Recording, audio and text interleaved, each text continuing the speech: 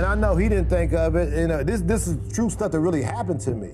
And so my thing is, you don't have to do that, homeboy. Yeah, the alumni game. Reggie Wilson, big NBA star. When Hangin' with Mr. Cooper hit TV screens in 1992, it quickly became a 90s favorite, full of laughs. But behind the fun, there were secrets most fans never realized. Now the cast is finally sharing surprising stories and hidden truths from the set. What really went on behind the scenes? And how did the stars feel about being part of such a classic sitcom? Join us as we uncover what fans never figured out. Behind-the-scenes struggles. In the colorful world of 1990s television, Hanging with Mr. Cooper stood out as a family-friendly sitcom. Airing as part of ABC's popular TGIF lineup, the show introduced audiences to Mark Curry, a towering comedian with a magnetic personality who became an instant household name. But behind the scenes, a far more complicated story was quietly unfolding. Mark Curry, the man at the center of it all, has begun pulling back the curtain in recent years. He shared a deep insight that gave fans a glimpse of the show's hidden reality. Yes, and could you please tell the jury and other interested parties exactly what this memo means? His recollections were not sugar-coated. Instead, they painted a picture of behind-the-scenes tensions, network interference, and the heavy toll that fame can take on those unprepared for its demands. It wasn't just Curry who shouldered these struggles. Members of the supporting cast carried their own burdens long after the cameras stopped rolling. Some found themselves drawn into the darker currents of Hollywood, pressures to maintain an image, and the crushing silence of personal battles fought in private. The sitcom may have delivered jokes to living rooms across America, but off-camera, its stars often felt isolated. Open up for Richard. Opened up for Whitney Houston. Yeah, I was on tour with and Ray Charles. Ray Charles was the first person. Vulnerable and misunderstood. When the show ended, the transition to life beyond the spotlight was not smooth for everyone. Some actors faded quietly into obscurity, struggling to redefine themselves without the fame that once surrounded them. Others reinvented their careers, clawing their way back with resilience and courage. A few stumbled through turbulent years before eventually finding stability and success. Yet, amidst these darker revelations, there is also a story of survival and strength. Mark Curry himself remains a striking example. Though he endured personal struggles and professional setbacks, he has emerged with a sharper, more unfiltered voice. What were some of the struggles he endured? Mark Curry's growth on set. When Hanging with Mr. Cooper hit ABC screens in 1992, audiences were immediately charmed by its towering lead. Mark Curry, with his infectious smile and towering 6 feet 6 inches frame, Curry embodied the role of Mark Cooper, a former basketball star who swapped the court for a classroom. Yet behind the sitcom's warm humor and family-friendly chaos was the story of a man whose career was built on perseverance and an unshakable belief in his comedic voice. Curry's journey didn't begin under the bright lights of Hollywood, but in Oakland, where his love for making people laugh quickly turned from a hobby. And you know he told people he was in the movie. You know I'm gonna be in Jurassic Park, yeah. Into a calling. By 1987, he was stepping onto stand-up stages, armed with sharp observations and a magnetic presence. Just 2 years later, his natural talent allowed him to abandon his day job and chase comedy full-time, opening for heavyweights like Damon Wayans and even sharing stages with the legendary Whitney Houston. Curry's rise was meteoric. Hollywood soon noticed, and opportunity came knocking. In 1992, Curry landed the role that would define him for a generation. Hanging with Mr. Cooper became a centerpiece of ABC's beloved TGIF lineup, joining classics like Full House and Family Matters. The show introduced Curry as the lovable yet slightly chaotic Cooper. Urban, I'm down here. It's somebody from Mr. Weeks' office. Navigating the world of teaching with charm and humor. Viewers fell in love with his energy, and the sitcom cemented itself as a 90s staple. But Curry's early years in Hollywood weren't without obstacles. He once admitted that producers struggled to embrace his distinctive comedic style, leaving him questioning whether he truly belonged in the industry.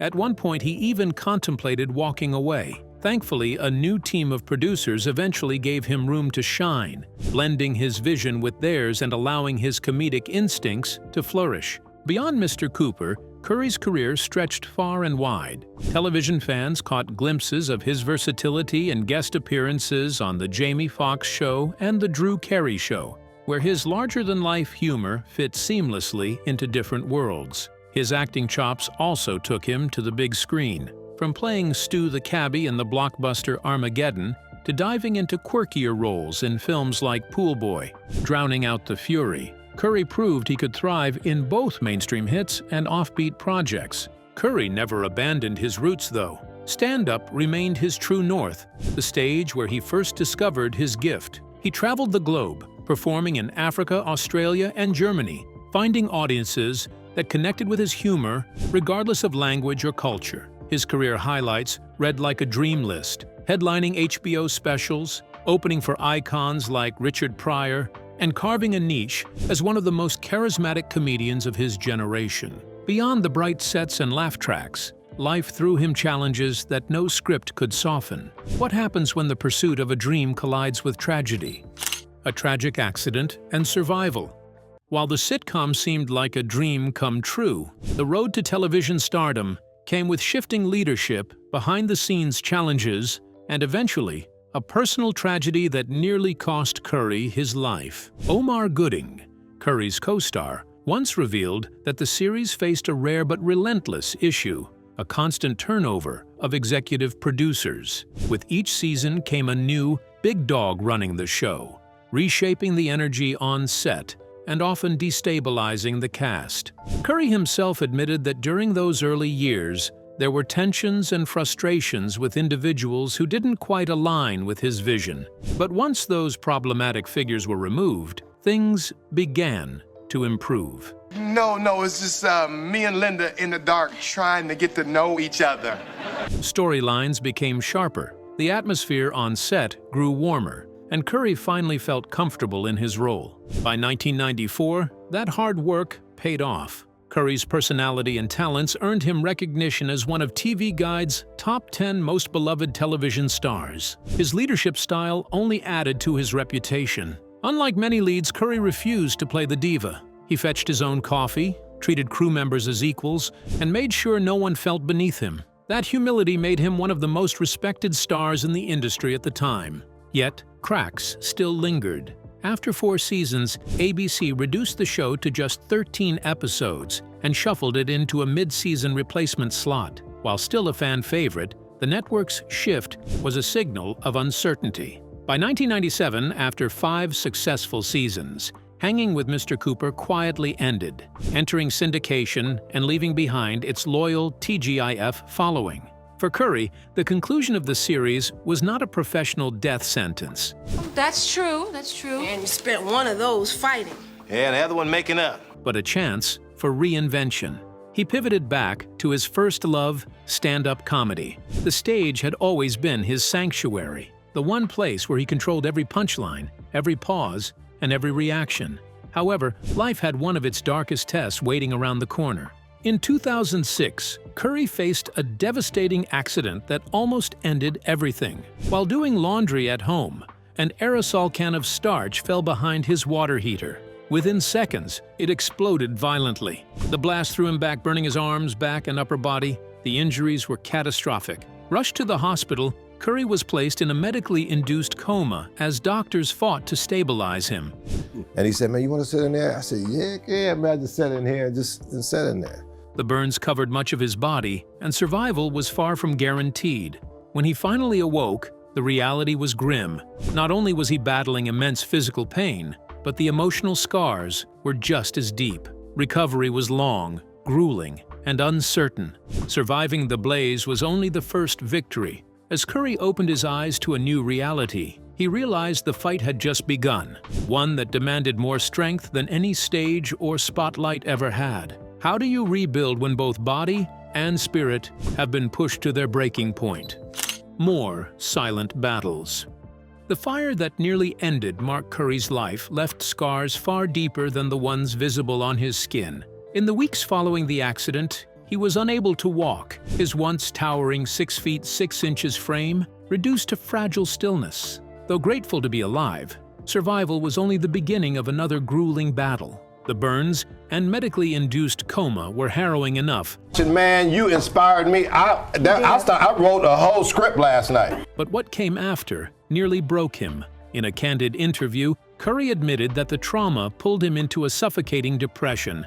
He confessed that in those months, dark thoughts haunted him constantly, even pushing him to contemplate ending his life. I'm just joking. It's not Waffle House. Bam! But we do have a gift for you. With a bittersweet laugh, he joked about the cruel irony of his size. It's hard to self-harm when you're 6 feet 6. The ceiling's right, here. I can't hang myself. Beneath the humor, however, lay raw anguish. He described it as descending into a black valley, a place so bleak that even those closest to him struggled to recognize what was wrong. During this turbulent time, support came from unexpected places. Fellow comedians Bill Cosby, Damon Wayans, and Chris Tucker reached out, offering encouragement and reminding Curry that he wasn't alone. Just as crucial was a gift he received: Richard Pryor's autobiography. Pryor, another towering figure in comedy, had also endured life-altering burns. His story became Curry's guiding light, proving that even from ashes, laughter could rise again. Curry later declared Pryor not just his hero, but also his top 5 stand-up comics, every slot filled with the same name. With time, Curry slowly began to heal. He stepped away from the spotlight for several years, focusing on rebuilding both body and mind. By the time he returned to television and stand-up, his comedy carried a sharper edge, shaped by survival, pain, and resilience. Yet despite his legacy, 3 decades of laughter, headlining shows and international tours, Curry chose to slip quietly from the public eye. Fame, once intoxicating, no longer held the same allure. His retreat from Hollywood occasionally led to surreal moments. In one peculiar incident, Curry appeared on a Los Angeles news segment about rising gas prices. The reporter, oblivious to his celebrity status, interviewed him as just another driver struggling at the pump. Curry played along, remarking humbly, "I'm not a rich man. I have to put gas in my car like everybody else. If it's that bad, you just ride a bike to the grocery store." But anonymity did not shield him from injustice. In Colorado Springs, Curry endured a disturbing case of racial profiling that sparked outrage. While sitting in the lobby of his hotel, employees confronted him, insisting he didn't belong there. Their behavior, captured in a viral moment, led to their suspension.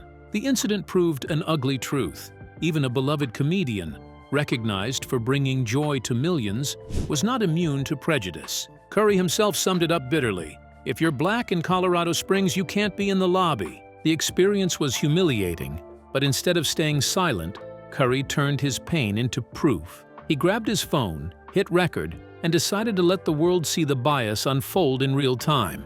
How do you fight injustice when it stares you down? Okay. I was wondering how long it was. I never looked it up. In the very place you're supposed to feel safe. Confronting injustice and comedy rivalries. To shed light on the issue, the comedian went on Instagram, where he posted a 26-minute video from the hotel's lobby, which was owned by the Wyndham Hotel Group. In that clip, he showed 2 men standing before him, with one questioning whether he was really a guest. The actor explained to his followers that it was unbelievable how, in Colorado Springs, being black meant not even being able to sit in a hotel lobby. One of the men, who was white, kept pressing him, while another, who seemed to be a person of color, dismissed his concerns and accused him of pulling the race card. Curry responded that if speaking up against unfairness meant pulling the race card, then so be it. He stressed to his followers that this was exactly the issue he wanted to highlight. He later explained that he felt threatened by the way the hotel staff stood over him,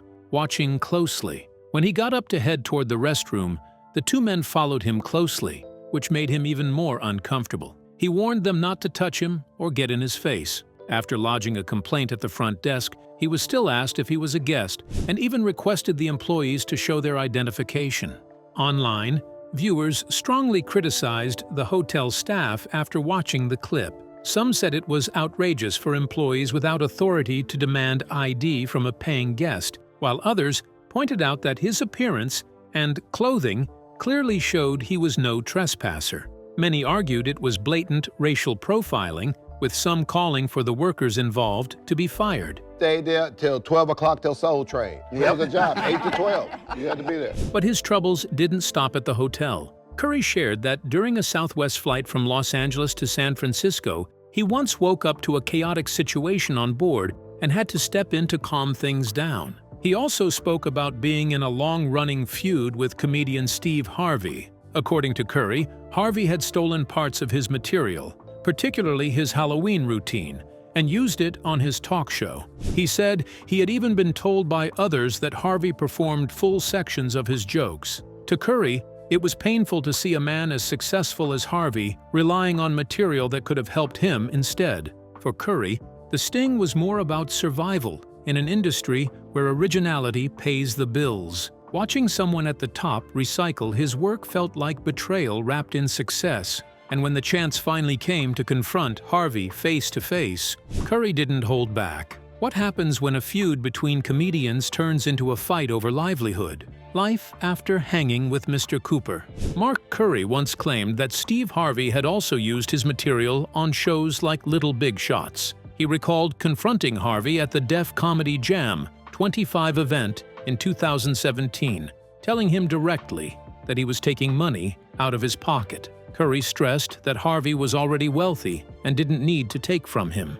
A few days later, Steve Harvey responded during an interview with TMZ. He firmly denied the allegations, saying he had never stolen a joke in 35 years. He criticized Curry, telling him to grow up, and insisted that he had not performed any of Curry's material. Harvey dismissed the claims, even mocking the idea that Curry believed he had copied his Halloween jokes. Beyond this feud, the careers of Hanging with Mr. Cooper cast members took very different paths. Holly Robinson, Pete, who played Vanessa, was already well known for her role as Judy Hoffs in 21 Jump Street alongside Johnny Depp.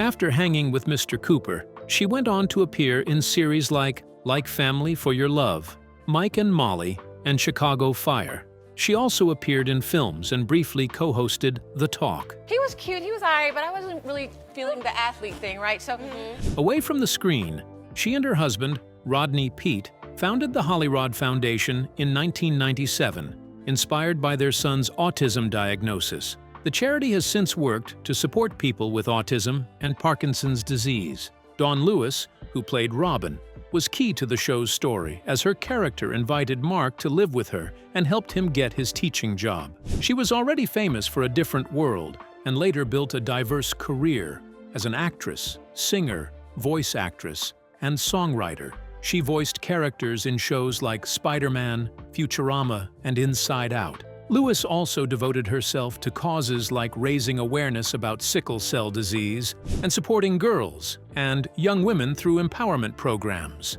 Nell Carter remembered Forgive Me a Break, and her role as PJ Moore in Hanging with Mr. Cooper enjoyed great success, winning awards and appearing in shows like Touched by an Angel and Reba. However, her personal life was full of struggles, including substance addiction, miscarriages, divorces, and health issues. She tragically passed away in 2003 at only 54 due to diabetes-related complications. Some later speculated that the hardships she faced were worsened by pressures from the entertainment industry. Her untimely passing left a shadow over the show's legacy, forcing fans and co-stars alike to confront a sobering truth. How much pain was tucked beneath the polished surface of Hanging with Mr. Cooper? The hidden legacy of Hanging with Mr. Cooper. Looking back at their lives, it was clear that keeping their careers alive and continuing the show had been a difficult task. Daydreaming, that was it. With some sweet grass in your mouth. I'm gonna be somebody. Filled with challenges that often felt overwhelming. They had faced limited opportunities and very little support from people in power within the industry.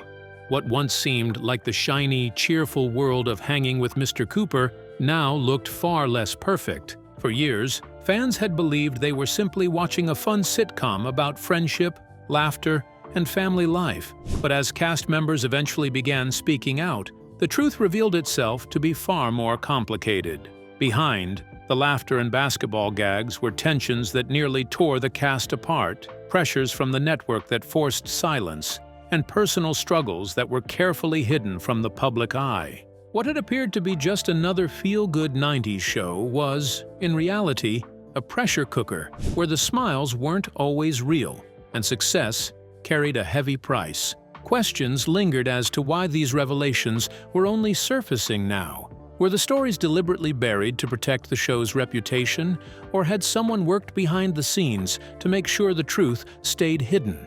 The timing seemed almost deliberate, as though the cast had finally broken free from years of silence. In the end, the legacy of Hanging with Mr. Cooper was no longer just about light-hearted nostalgia.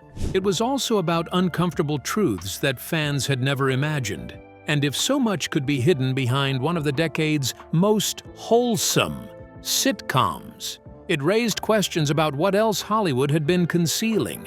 Did these behind-the-scenes secrets change the way you see Hangin' with Mr. Cooper? Share your thoughts with us in the comment section. Remember to like, share, and subscribe for more. Also, click the next video showing on your screen. You will enjoy it.